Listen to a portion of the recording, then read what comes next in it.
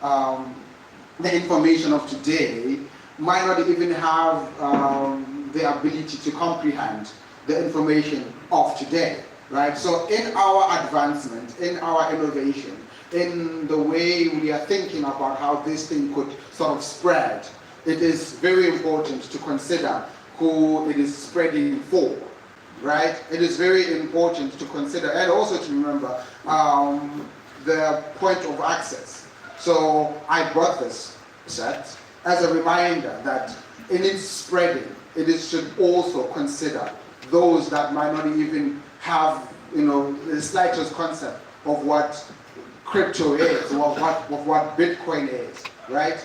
And yeah, and I say this also as an introduction to the short presentation of poetry that I'm about to give, written by someone rather, who sort of shared the sentiment of these people you might find in these homes like these, which I'm the person. So I will be listening attentively to see if what you guys will be talking about in any way sort of considers these individuals from across the world, whether it's in Soweto, Kayalicha, whether it's in El Salvador, Mexico. There are people like this who could benefit very much from this information, right? Good. It's a very weird way to start a poem. I hardly ever talk on stage, but this is my second year performing here, and I always find it important to bring everybody along with me because of the importance of the work here. I remember Cedric, my neighbor. I could tell you about his ways. I could tell you about how prison was his second home. Every time he returned with a different scar, we whispered stories about how many men he might have killed. This could easily be a poem about gangsters we call uncles, but instead it's about dancing. And man, he danced. He would take our speakers, which we call the gram, he would place them at the gate for all to witness. If he could play them any louder, Lord have mercy on mothers with sleeping babies. His taste was regained.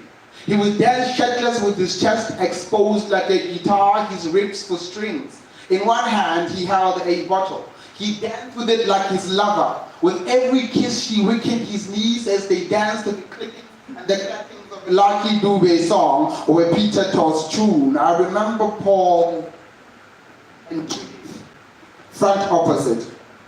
I could tell you about how some mornings vividly last night's scream and how all, I'm going to try it. Okay, thank you, this is my comment. I remember Paul and Judith.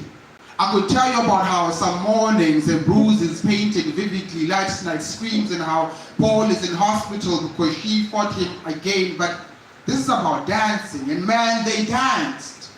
They danced as though they wobbled each other bones, and neither skeleton could fit for either skin. You should have seen how they adjusted each other. They held each other like eggs that would later scramble, but right now they're dance partners. As Bongo Marfin started his boo-boo, calmed these two tornadoes into whirlwinds, as their feet commanded dust to rise. I remember Bra Oba, an old timer. If the 80s were a person, a short, bald-headed man, clean, dressed in a brand new too big for his size, kind of like me. His shoes were so shiny, the sun dared not look at them. He spoke fluently, as though his bars brought him this, as though his bars brought him that. These were rumors by jealous men that did not ask for Opa, especially when he is dancing. He fancied jazz. He danced like he had ants in his pants, a puppeteer of his own feet.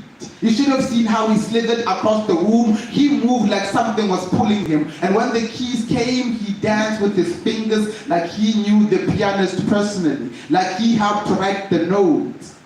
Praoba. And I remember Auntie Selena, corner house.